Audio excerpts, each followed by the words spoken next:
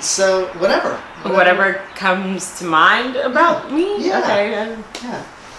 So go for it. We are rolling. Okay. My name is Naire Poole, as you know already. That's my mom's name backwards. I met you when we had orientation for grad school. I think that was. Yeah. When was the first time? What was the first memory you have of us hanging out or meeting? If it's thorough, it's probably either when we went to that first bar at FSU, like, oh God, that just smelled god awful because of the cigarettes and like, I don't know why everyone loved that bar so much. I'm telling you, like, I can't do the cigarette smoke. It's way too much for me. It's like when we go to men's back in Sarasota and people are just like, oh God, men's, and I'm like, ew, God, ew. There's just so much cigarette smoke. I'm like, I can't breathe in here. But I think that bar, was I playing pool with you or who was I playing with? I was playing with Liam, Blonsky. I think it was Blonsky, maybe Liam. I don't know. Everyone was like within the vicinity, but I don't think we like knew each other well enough to like I don't know. That is blurry to me. That moment, that memory is blurry. You were very good though. We were all like, who is You're like, who is this girl? Yeah, like pool shark. You know, that's definitely a part of your identity for sure. I'm not like a pool shark. I just.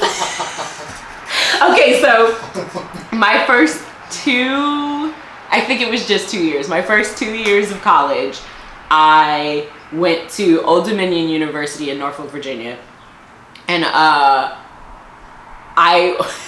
had a best friend named Alexandria Dobos, and we like just hung out with each other. We met at orientation and we just happened to sit next to each other and then found out we were in 2 classes together. So we just kind of hung out from there, and we were sitting in like the area where all the students hang out, like the main building for students.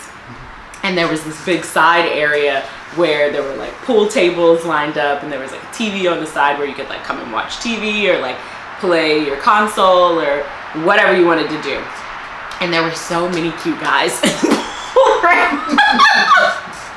I was like, yo, Alex, let's go fishing.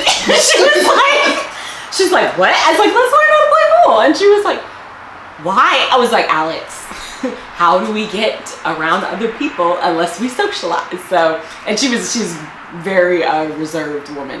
So we went to the pool room, and I'm just like, hey guys, teach us how to play pool. And they were like, you guys want to learn how to play pool? And we just like, over time, I'm telling you, every single day that I had class.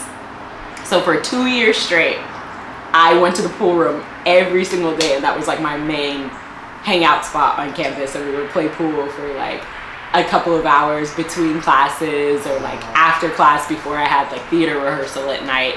I was like, well, I'm not gonna go home. That's like, a city away. That's ridiculous. So I just like stay here until it's time for my rehearsal. Oh gosh, you must have done like hundreds of hours of practicing. Yeah, we played a lot of pool, and it was like the guys there were legitimately really good at pool. They just were, and I don't know who taught them. They never really like explained any of that. We just wanted them to teach us how to play pool.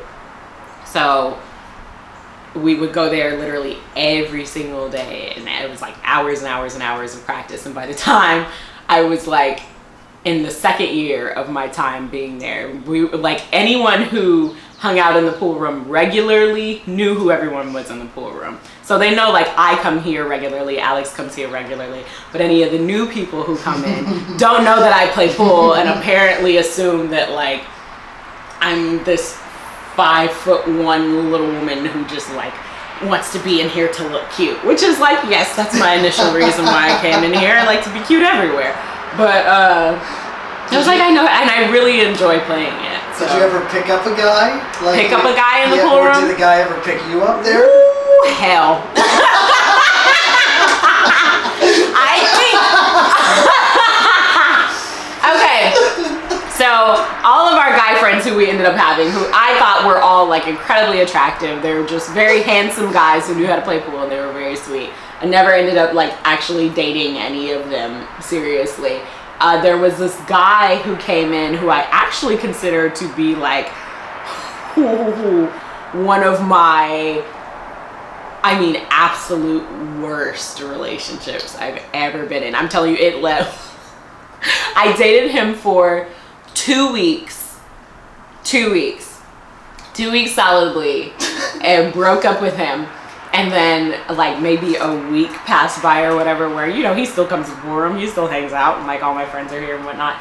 And I think my friends who weren't Alex, because Alex knew me a little bit more. A little deeper. Yeah, Alex knew me a little deeper than all of my other, like, friends knew me. So everyone kind of assumed, they were like, you know, Naire, you have a really strong personality. You just, like, you know what you want and, like, you go for things. And sometimes you could be a little sharp with people. And I was like, why does that make me, like, sharp with people? I'm like, I'm never mean to anyone. And they were like, well, we just think you're not giving him a chance. And I was like, look, y'all. Because it was just, I think my relationships before that relationship made abusive behaviors or manipulative behaviors a lot more apparent to me. So being with someone who wasn't respecting my personal wants or needs or boundaries, I was like, this is not for me. This is not for me at all. And so I cut it off, and then everyone was like, you're being harsh, you're being harsh. And the only one who was like, no, if you don't want this relationship and it's not for you, like, don't do it, was Alex. And I, like, the guy caught up to me at, like, the end of the week, and he was like, okay, well, why don't I take you, like, on a date? Let's go to dinner, let's talk, da-da-da-da-da. So, went on the date. By the end of it, I was like, you know, I feel like we have two different ideas of what compromise is.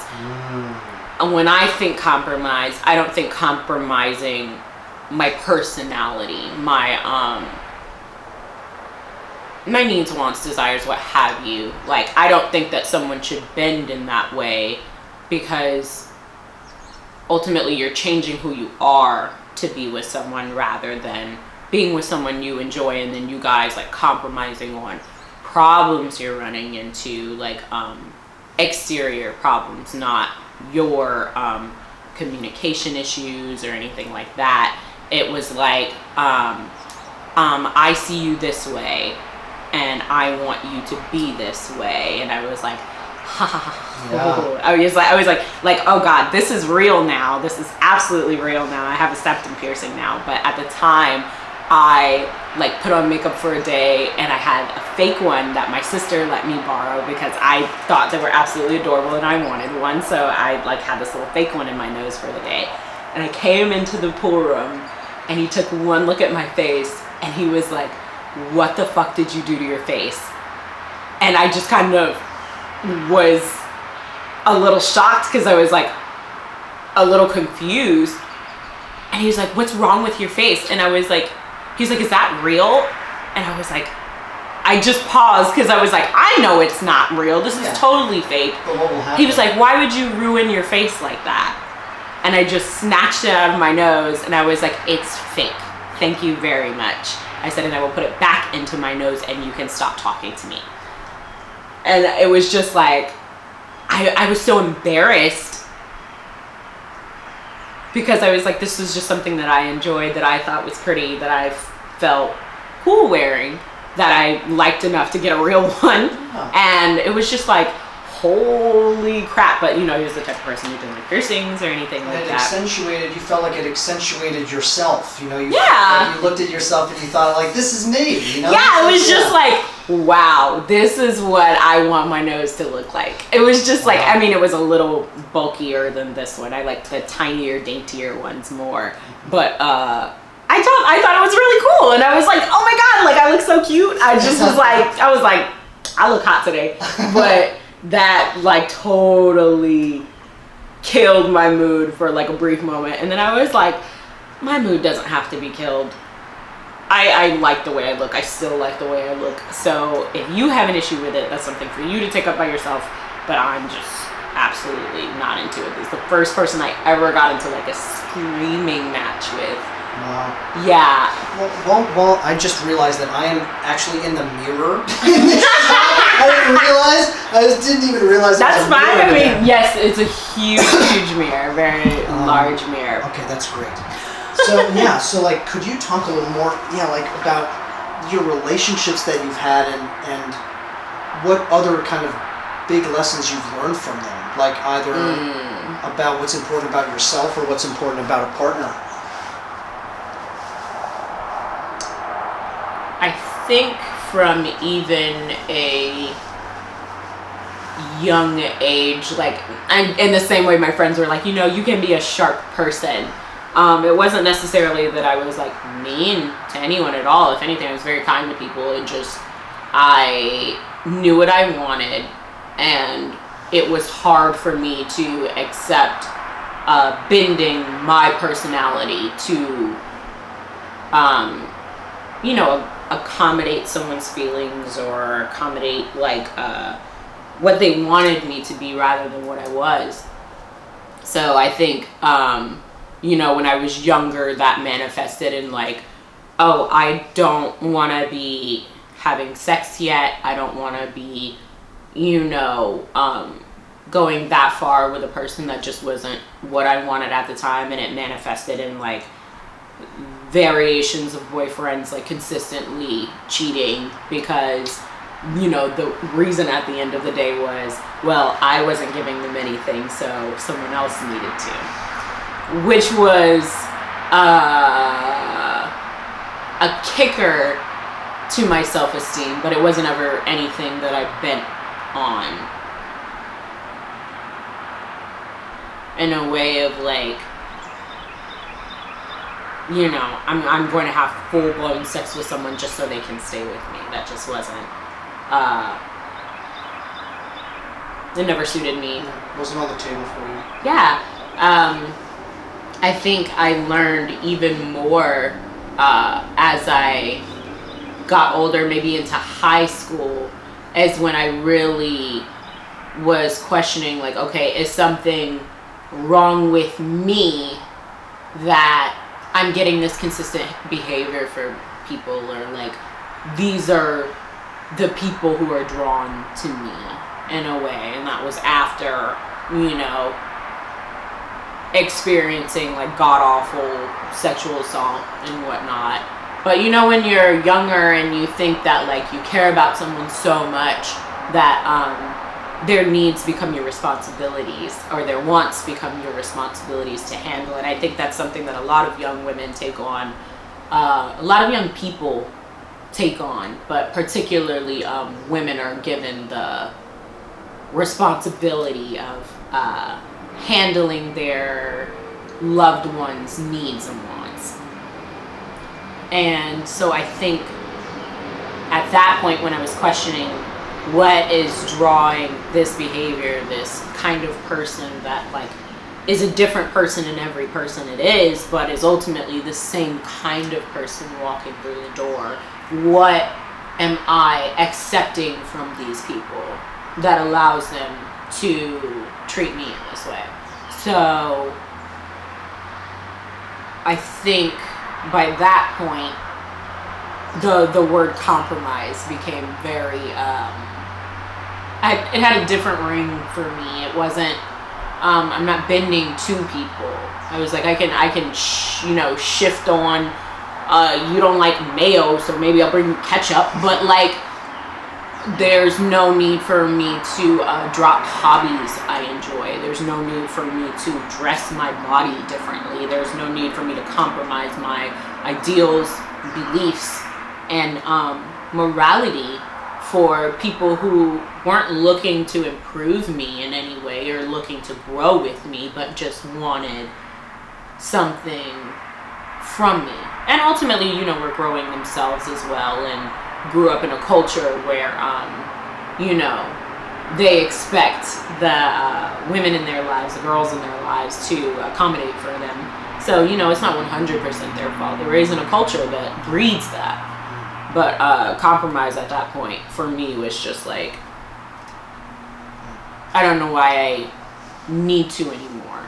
So I think that ultimately became one of the bigger lessons I learned with some of my younger relationships. And then as I got maybe to my last relationship in high school. I think that was like maybe one person that was just absolutely great, who just like really liked me for who I was and just, you know, didn't feel the need to change anything about me, who appreciated me. But, you know, I was young and I was like, oh, college is coming. And it wasn't that I wanted to, like, you know, go sleep around or anything like that. That was never my personality anyway. But I was like, you know, I just want to see a little bit of a wider brim. I want to see what other people are like. I want to see what I'm like around other people. I want to see where I exist in a different space in this world. And I think that's where my mind was at the time. And I was like, you know, I can't, for me at the time, a relationship was just not where I saw myself being. So like getting into the things that, you know, your values and your morals, your morality, and the things that really matter for you. You know, what have those become for you lately? What have those transformed themselves into these days? I think at this point in my life,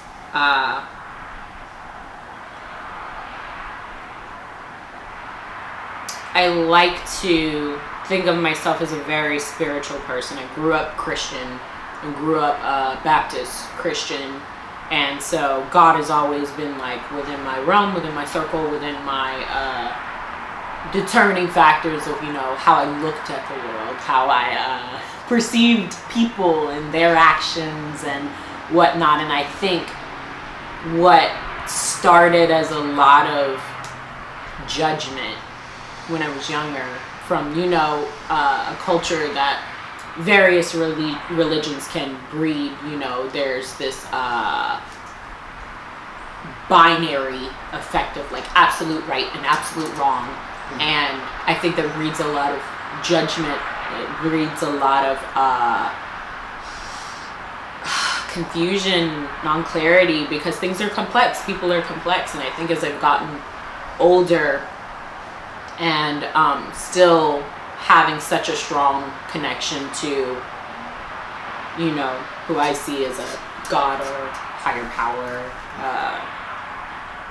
I think so much of my morality has transformed into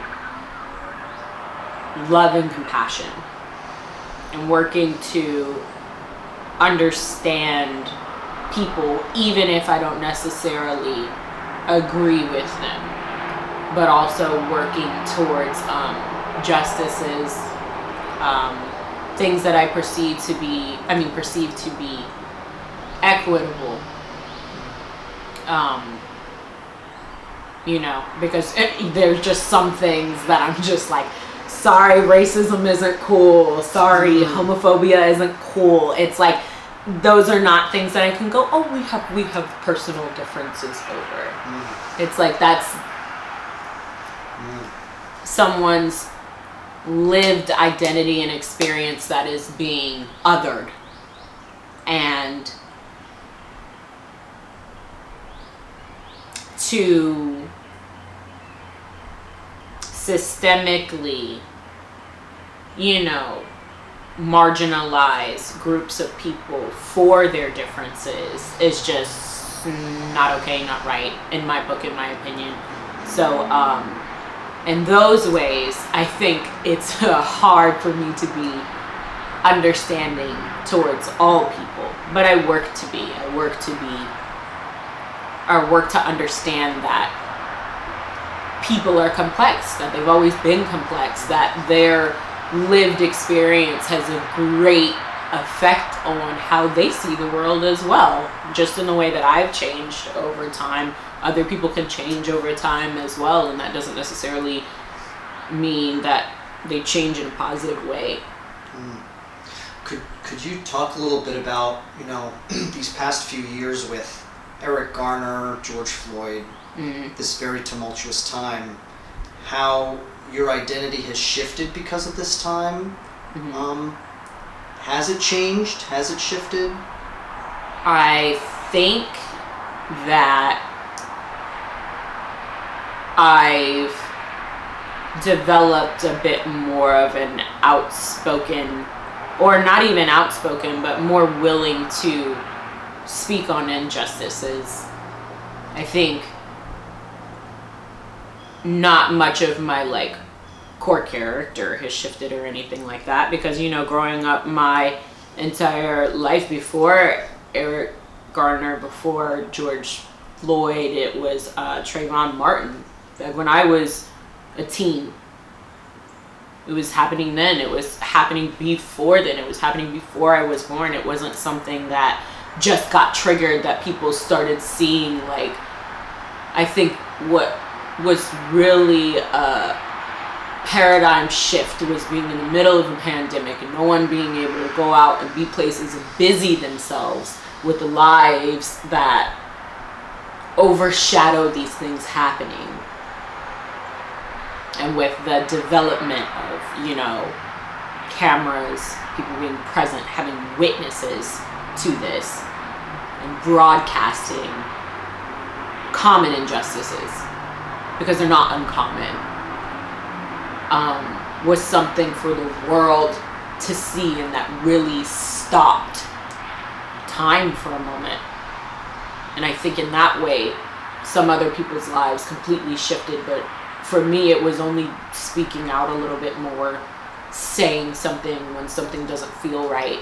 For me, it was looking up my resources, making sure I'm involved in what's happening in my local government, what's happening with laws, what's happening with people on a day-to-day basis, where you feel as though you can say this, that, or whatever to me for the sake of, I don't know, being hurtful, being ignorant, being what have you.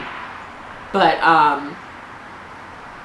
I think it's just manifested in me being a little bit more vocal. And I would say that's not just with the continued racial trauma experience, but, you know, just growing up a little bit more and seeing that things don't really change until you make the effort to change them.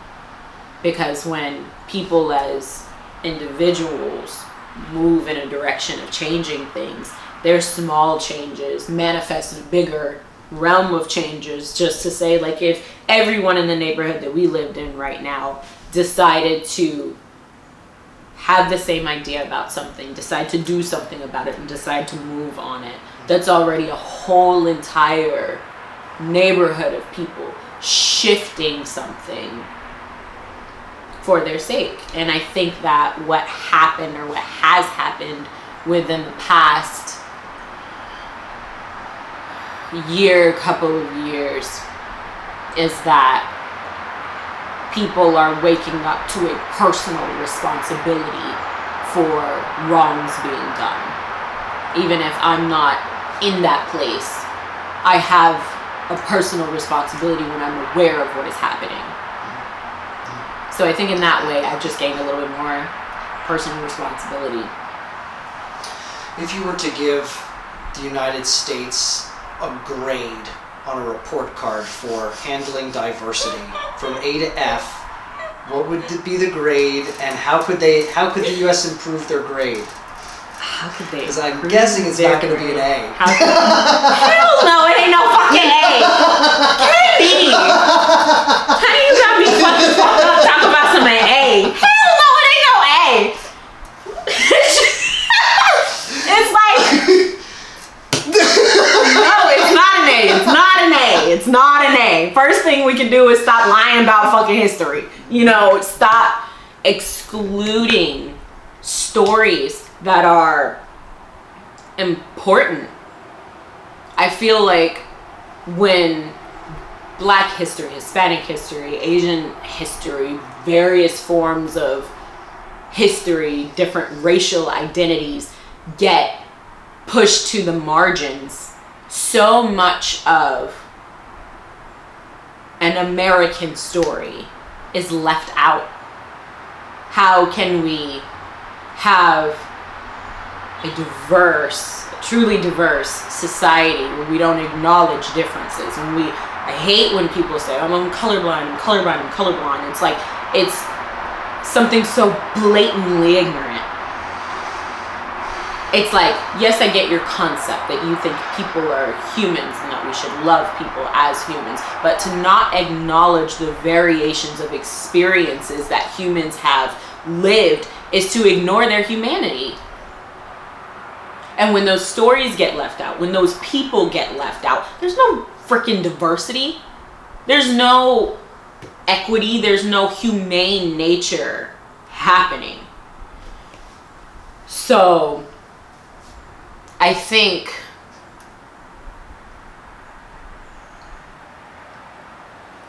I've always thought when you have more, you do more. That has been my personal thought, philosophy, what have you. When you are able to, when you can, do for others, do for the better. And so this steep imbalance of power, wealth, societal respect in this country for people of a different racial identity that exists other than white is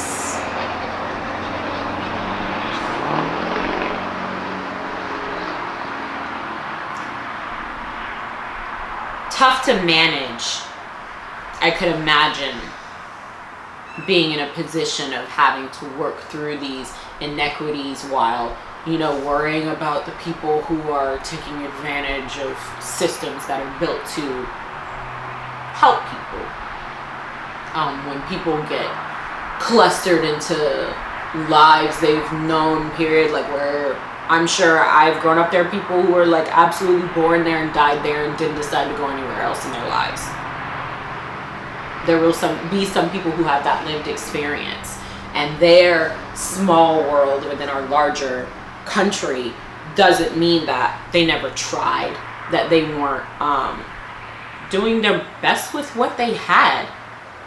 And I think there's so much, it's such a complex system that keeps people in these pockets. These dispersed places of equity. And so many people, when they're existing within their bubble, don't have the opportunity to see into other bubbles without it coming from a place of judgment or a place of misunderstanding or a place of disgust, what have you, whatever emotion or veil of their perception of someone else's world keeps people from coming together and connecting with one another. Not to mention, just the lack in actual diversity when it comes to positions of influence. Politics now, thank goodness, is more diverse than it's ever been, but it's still not at a place that it necessarily should be.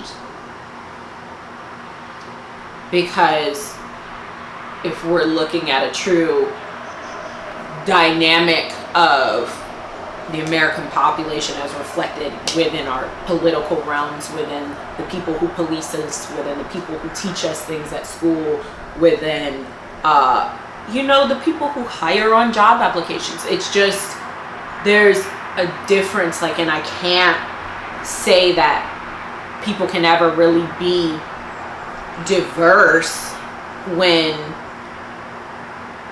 people of different lived experiences are not being welcomed into spaces of influence and power. Not to mention a deal of those white people who happen to be in those positions of power and influence either are ingrained with the idea that this is how it should be.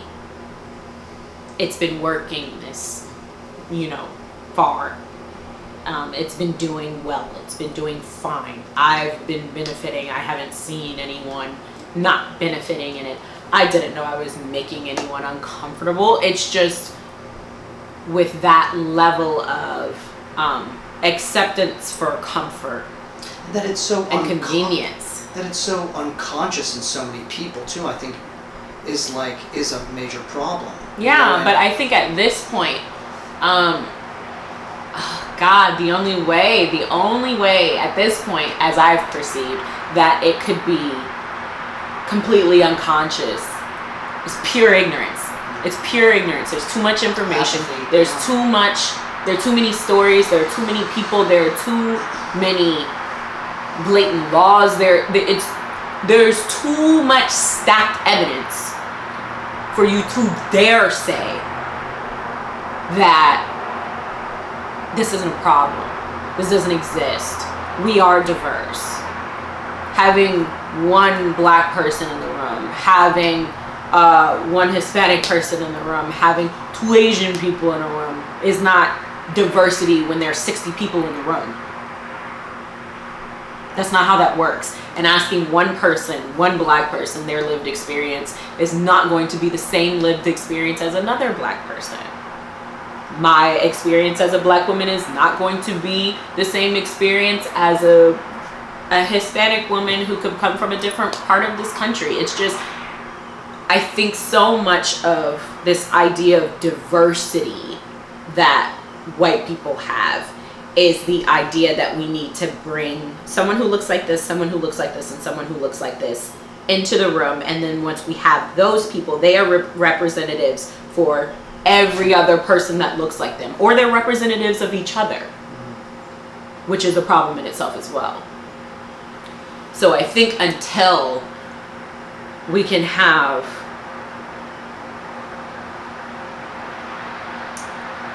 all people working towards the equity of every person, we're going to continue to have the issue, particularly with white people who are so comfortable in their world and their personal problems, their lived experiences, which is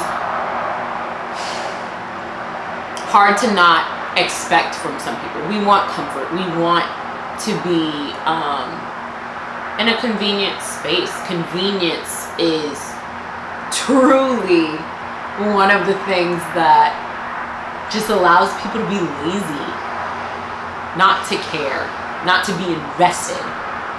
Because when you're comfortable enough that things can just stay consistent, we can maintain our habits, we can maintain our lives, as we're all just getting by with the shitty minimum wage that we have.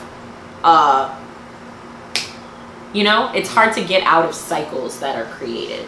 So unless people are making the extra effort, the extra fight to get out of those cycles, then we're gonna have the same problem. If I was gonna give America a grade, I'd say maybe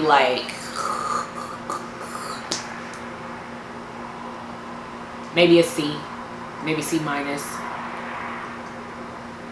But that's also coming from my place as a black woman who had the opportunity to go to college, who's educated in that way. I'm sure there are other people who haven't gotten that opportunity, that lived experience, who didn't grow up in a home that supported what they wanted to do. My parents were supportive of the work I wanted to do. They were supportive of the life I wanted to live. Not everyone has that experience. So for some people, this country is a flat out fucking F. It just is. And so, from my perspective, it's like a C minus, but I think that's just my world as I see it right now. How I am being accommodated within this country is a C minus, maybe a D on most days, but when I'm doing good, I'll give it a C minus.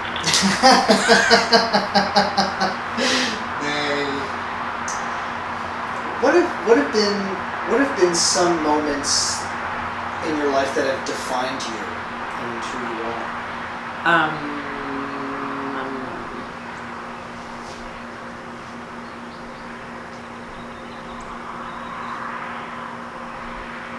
I think something like common as statistics would put it, but my parents being divorced at an early age, I think that's very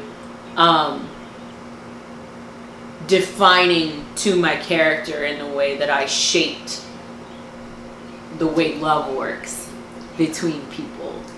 You know, you see your parents for, they're supposed to be this bubble of security for you. They're supposed to be who you look to for an example as you come into the world, if you've, you know, known them in that way. Some people come in and their parents were like never in that way, and that's just not what they see for their example. But my parents, up until the time I was like 5, were together, and from what I could perceive, happy with one another, working with each other to make our household work.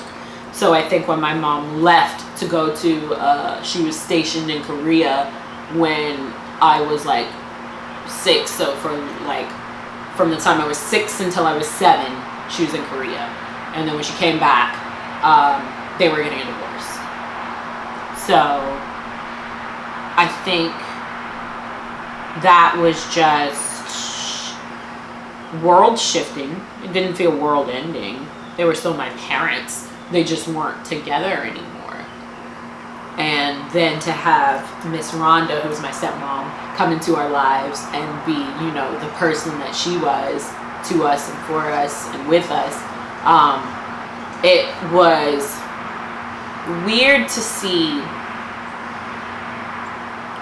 that something could fall apart and then something could work, and then having the back and forth of like, something feels right with this but also wrong in other ways, when there was so much hot, I can't describe it as any other thing than hatred that my parents really had for one another. And I don't know if that is cooled down as I've gotten older, really only within the past maybe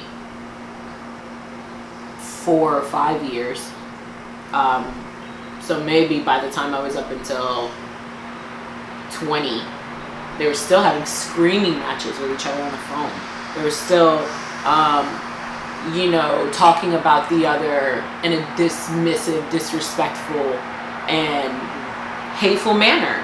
It shapes the way you see the world when the people who raised you into it have harsh opinions of one another that form the way that you think about yourself as a person, because you're a product of these two people. So I think in that way, their divorce really shaped me, but also just the back and forth, the constant movement. Like, I would say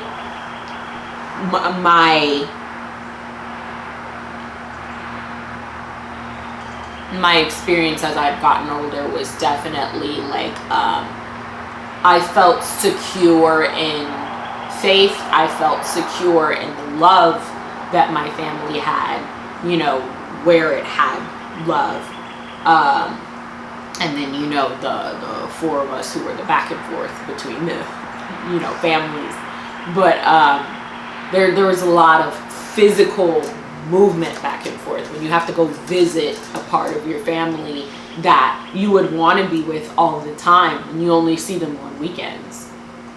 And for that to shift from living in Maryland, mom is restationed, so we're gonna go and live in Virginia Beach, where, you know, my grandmother lived at the time, and we're gonna stay there. And then when they're getting divorced, we're gonna move to Suffolk, and then after custody changes, we're gonna move to Norfolk. And then while my dad's still living in Suffolk, then, you know, growing up through high school and college, you're just gonna flip back and forth, keep flipping back and forth, one place to one place. And I just remember being younger and carrying like 6 or 7 bags full of shit that sometimes got unpacked, sometimes didn't get unpacked, but like that was my world in those 7 bags, moving back and forth.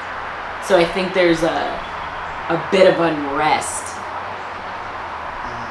which is still a little difficult to manage at my age now, of settling somewhere when it feels like to get settled for a moment is dangerous in a way, because you're just going to have to shift again.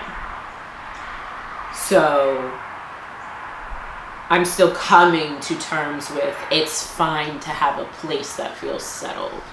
It's fine to, because I considered all of those places my home. I considered my dad's home my home. I considered my mom's home my home. I considered my grandmother's house my home. My other grandmother's house my home. It's like you have so many homes, but in having so many, you also have none.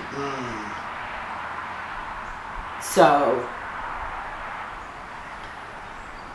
it's been odd as an adult to like have somewhere and feel like, you know, yeah, like make it a place, make it. And even now, like when we're in grad school and like we go and we're like, we move to Sarasota, we're there for 2 years and they tell us we gotta uproot, move to Tallahassee for 4 months only to move again after the semester is completed. And it's like, I can kind of commit to getting like some things here and there. Like, I'm notorious for moving my bedroom furniture around just because of like, I like the switch up of it. I like a little bit something different, but also in the same way it feels like a fresh shift.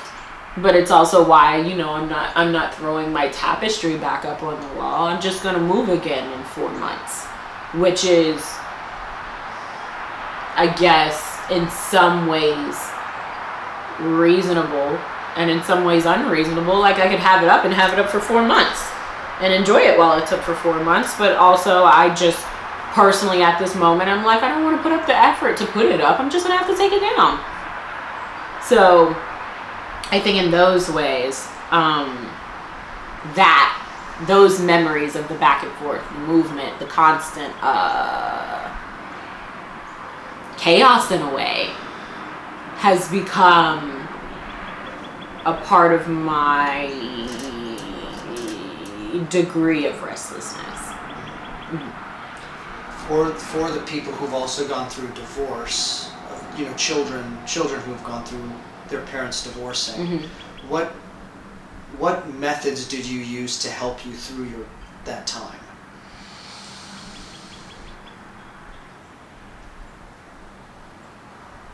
I think a lot of it I shouldered my way through, elbowed my way through. Just kind of like tunnel vision, boom, through it? Yeah, that's what a great deal of it was. Because I mean, when my parents split, then their, you know, households became unstable as far as, you know, economics are concerned. My mom wasn't military anymore because at that point, you know, she was being dishonorably discharged and what have you. We had to like live with our grandmother for a bit. So when we did have her at home for a while, she would be like at home and doing things, but then when she got a job again, and then later on when she got back into the military, she would be gone before we woke up or before we were really up, and then she would be home late in the afternoon into the evening. So it's like we barely really saw her at a certain point.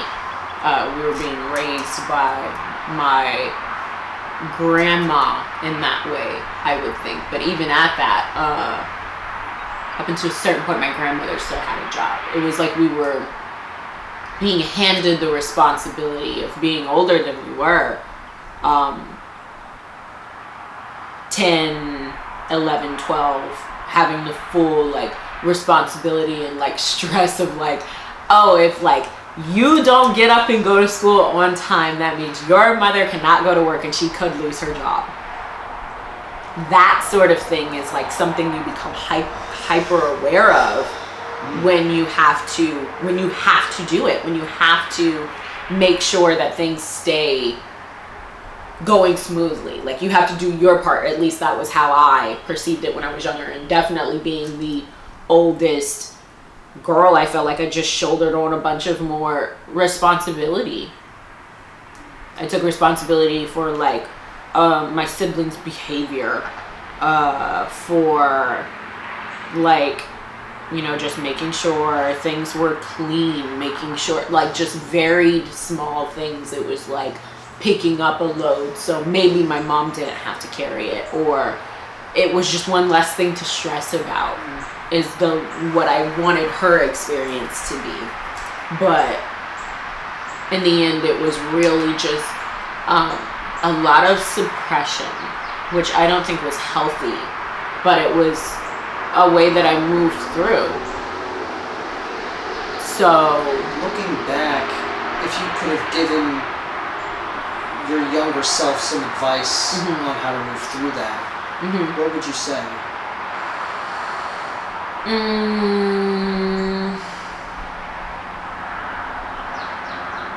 Say your opinion a little bit more. Like I think when I expressed my opinion when I was younger, it was after a while of like holding it, suppressing it. So I had these really violent, volatile outbursts of anger, especially with my siblings.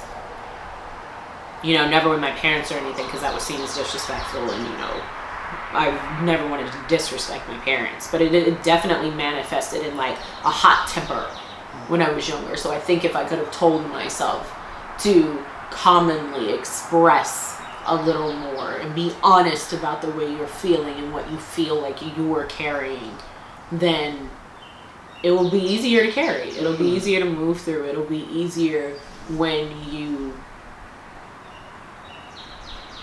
speak your truth, stand in it, and don't allow yourself to be moved by shame or guilt or feelings of wanting to avoid being ungrateful or any of those. Like, because you can still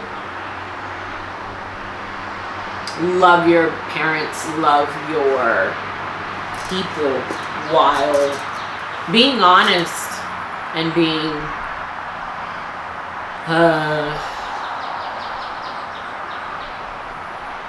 more open.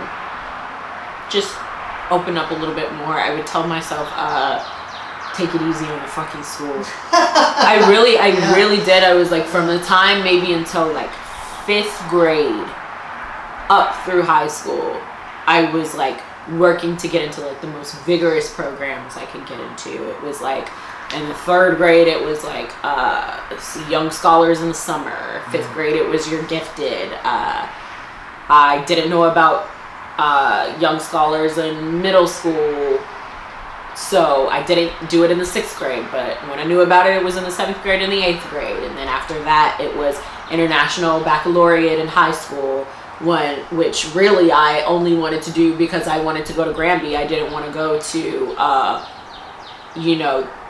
Booker T or whatever school was in my district with the same kids like I went to elementary and middle school with, who I was just like, I don't care to be around the same people. I don't care to be around people who feel the need to like bully me because I'm smart.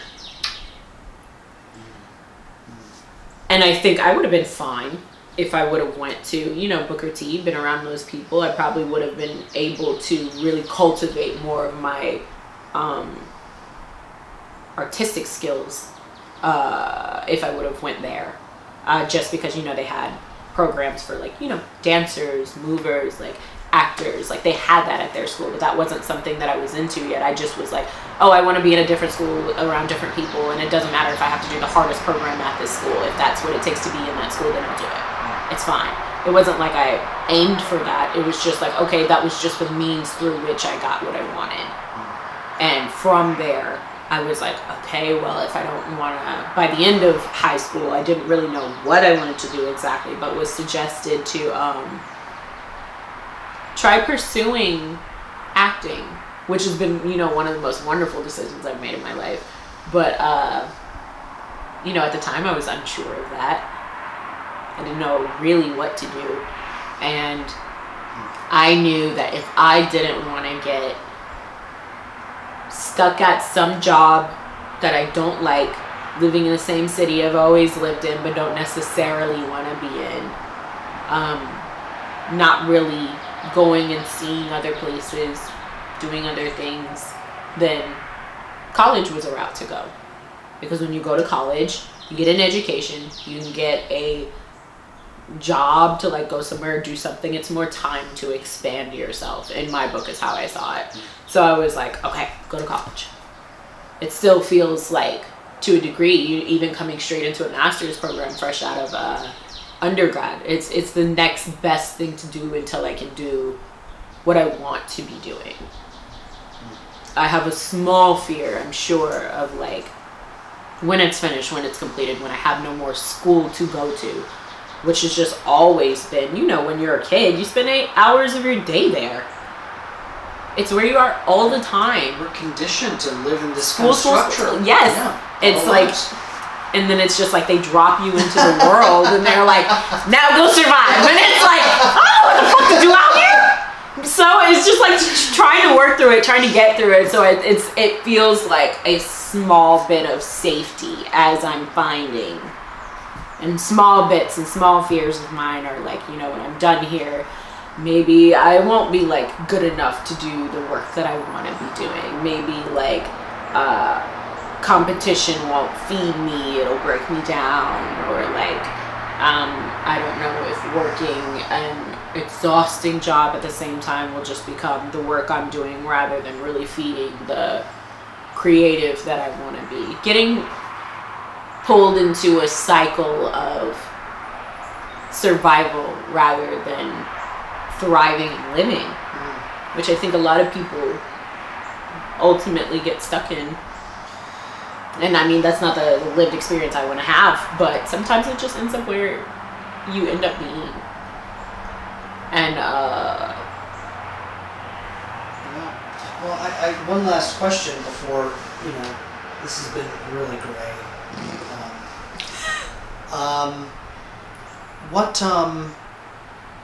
What have been some memories that you have of grad school, and what has grad school been like for you? Ooh. What has it taught you about yourself? Oh God. It feels almost like, even as I'm still in it, it still feels like a bit of a blur, honestly. Some of my most... Where was that? Where'd you go? You're like... Because I was trying to remember. I was like, what in the world happened? I was like, a lot has happened. It's been 2.5 years at this point. Almost 3 years. So... But when I started, I was in a relationship that I'm not in anymore. I like live with 2 of my classmates who are like guys who I didn't like see myself living with. You know, I'm in a different place now than when I started. I think so much about the craft of this work opened up for me when I came into grad school. When I was an undergrad, it was like, yes, I was learning acting, but so much of it was like the building of performance, not necessarily the building of living and creating and being oddly a form of a vessel through which the human spirit moves. I feel like I found that in grad school when I was forced to understand why my breathing gets tight if someone is standing close to me. I'm forced to understand that, oh, I carry tension in my left wrist. And small things like that you don't get the time to slow down and understand about yourself until you're given avenues of, you know, working through body dynamics that we've done, which is like one of my fave things that I think, you know, I'll carry forward just because it's a reminder to come back to your physical, your physical vessel that is connected with this world, that is connected with other people, that carries the weight that we have emotionally and mentally. It exists within this physical body. And so I think body dynamics, just remembering having moments of like having pop release in my wrist that led to me sobbing for a minute straight and not feeling like, you know, anyone hurt me by any means. I wasn't hurt at all. I was released in a way that I didn't know that I was even holding. To have moments like that. When was that? When was that? That was when we were doing like the teacup one or whatever, where we go down the arm and we pull through and we release, and then it was like going through the fingers, releasing each of the fingers, and then there was like the firm holding of the palm and pulling out of it, and it just like popped. It's like something in my wrist just popped open, and I just sobbed and sobbed for like a minute straight, and I felt so stupid, but also just oddly relieved that something had released, that I wasn't holding something there that I had been apparently holding for who knows how much time. But having something as small as that, a memory like that. That held subtle trauma, right? You just held subtle trauma. That's exactly what it is. You just let it pop it and then it moves out. And then it was like, what else? I think also, oh God, having horrible, genuine feelings come up. I think in undergrad it was like, you know, like you have a feeling or you paint a feeling or like you work to get to a feeling, but having moments where I was just being and doing and having scenes where I'm working through language and having my emotions come into it where I'm not like, I have this idea that my character is gonna feel this way and then like, then they should do this or that, you know, I would cry if I felt that way sort of thing. No, it's standing in front of your classmate and standing this close to each other and understanding that, oh, holy crap, I have complete overwhelming feelings of I need to run out of the room if someone stands up straight and looks down at me. Like, it's like, holy shit, it's like, I had no idea that turns me on, but to feel that, like, immediately in my body as an emotion of mine, not one that I've created or pictured up in a way, in front of other people and working to remain in it rather than running from it has been... Yeah, the embracing of that discomfort. Yeah, and just a lot of embracing of discomfort in grad school. And I think when I've had those opportunities of embracing that discomfort, then I get to, you know, avoid complacency. Avoid being okay with mundane.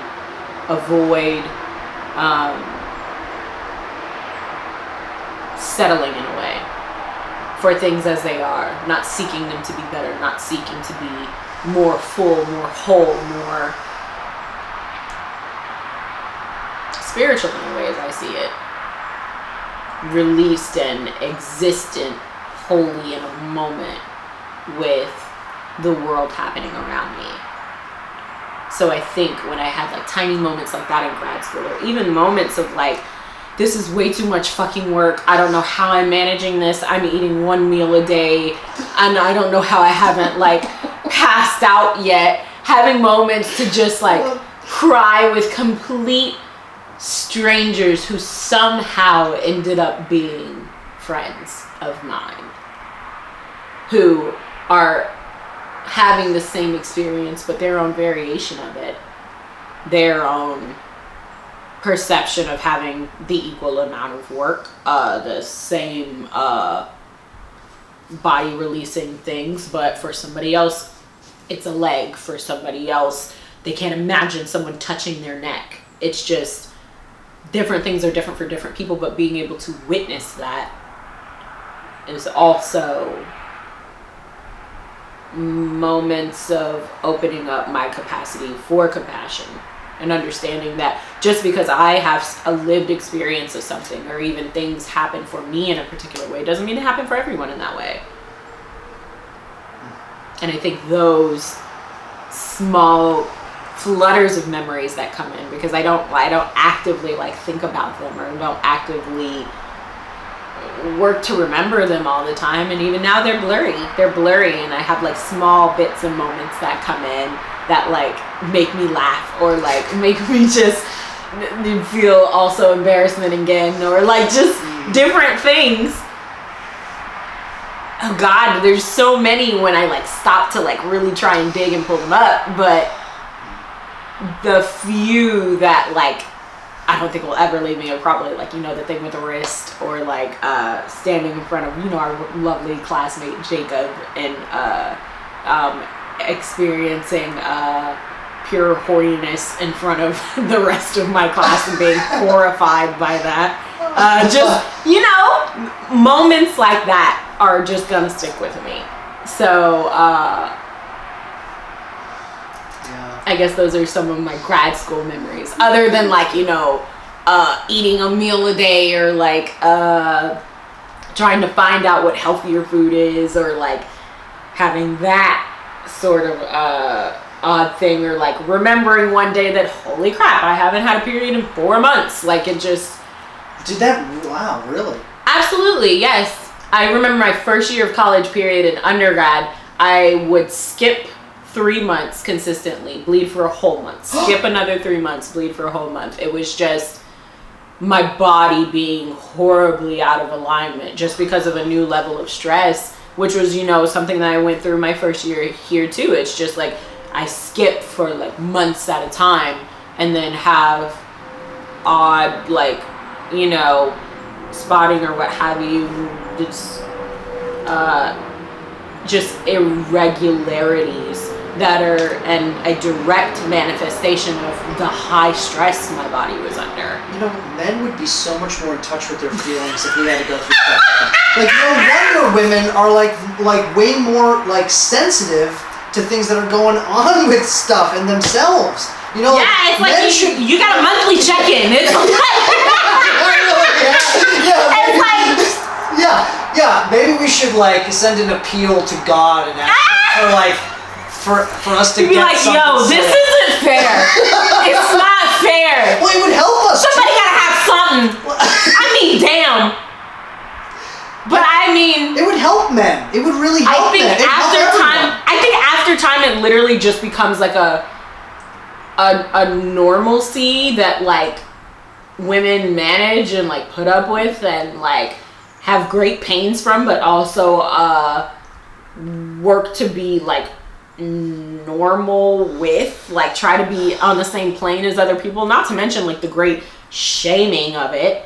And you can't walk to a bathroom with a tampon out in your hand. You can't walk anywhere. Like, it's just small things like that. Or like people have to whisper, period, like my period, or like, is it your time of the month?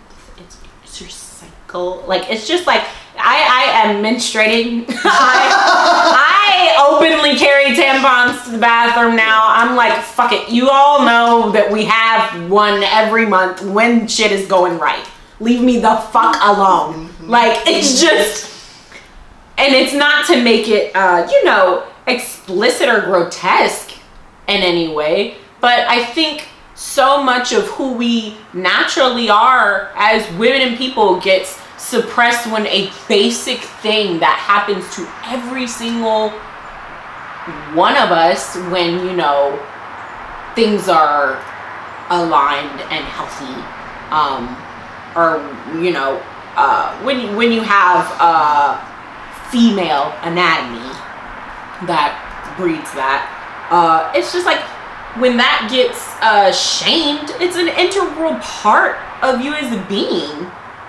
And it's like, why do I have to like make other people comfortable with me experiencing something in my body when no one works to like make my shit comfortable? Didn't nobody ask me if I needed a heating pad today? Didn't nobody ask me could they bring me lunch? Or you know, you're having really up and down feelings right now, would you like to take the day off? You know, just shit like that. It's like, if I have to work to make myself consistently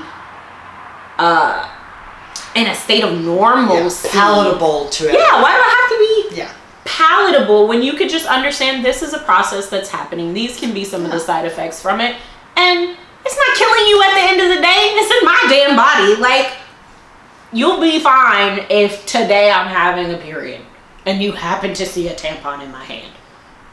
You'll be okay. Yes.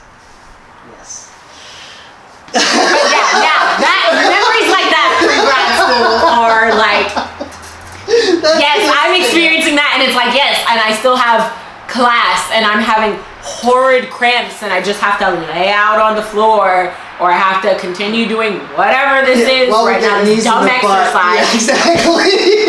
While I'm sitting here having phantom cramps because I'm not even having a period. It's like, what the hell? Like, the high stress of that, and then also having to just like, having moments of feeling like imposter syndrome. Why am I here? Why am I in this spot? Why am I worthy of being an actor in this space? Feeling like maybe this space isn't for me. Moments like that happen in grad school as well. Of just feeling like I could open up in this space right now. I could say this. I could, I had moments where I had to be like, okay, am I going to speak on someone else's experience and tell them to, suck it the fuck up like the rest of us do? Or am I gonna let someone express and open up and have their catharsis of becoming an artist? And I feel like in some ways I wish I would have said suck it up. Like the problem you're facing right now is so minimal as I'm experiencing it from you than other shit that people just carry for the sake of having to, not wanting to. And sometimes I wish I would have just said, get out of your own fucking bubble. Get over yourself. So maybe a couple of other people in this room can have a little bit more space. So in some moments I wish I would have said that, but in other ways I don't know if that was me working to be compassionate, working to, let other people have their experience too. But I don't know if in a way that has stinted a bit of my experience, what I get to experience, what I get to express in a space. Also having to manage my own personal thoughts of I don't want to be the angry black woman in the room. I don't want to be, unpalatable for people. When truly that's not my responsibility to worry about, but it's still something I carry when other people are going to have to cast me. Other people are going to have to grade me. It's just hard to be unapologetic when you are not in the position of influence. And I think if I would go back and start grad school day one again, I would just be a little bit more unapologetic and just take up my space in the room and say I am here. I am one of the artists they chose. It doesn't matter if I think I deserve it or not. I'm here. And I get to have an experience too. So I think times like that are what grad school memories that come up for me, grad school wise. It's beautiful. Last thing, do you have any last thoughts that you'd like to share with people watching? Advice?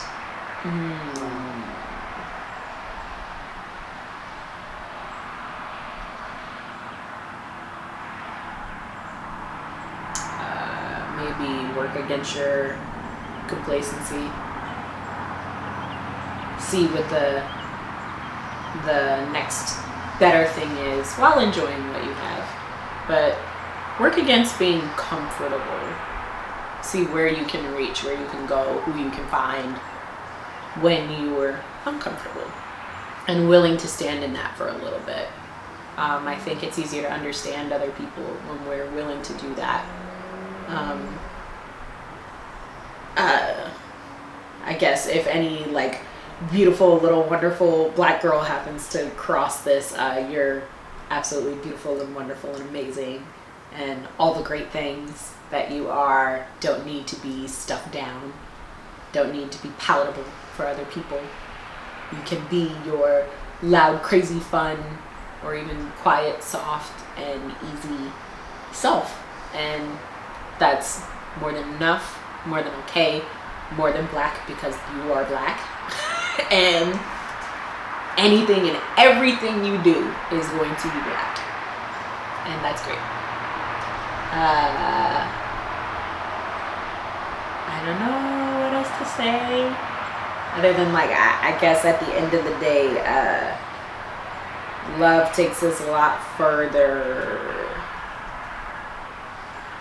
than a lot of other things do, a lot of other choices do. And I think when we work to be compassionate and loving to other people, it's amazing what we can find.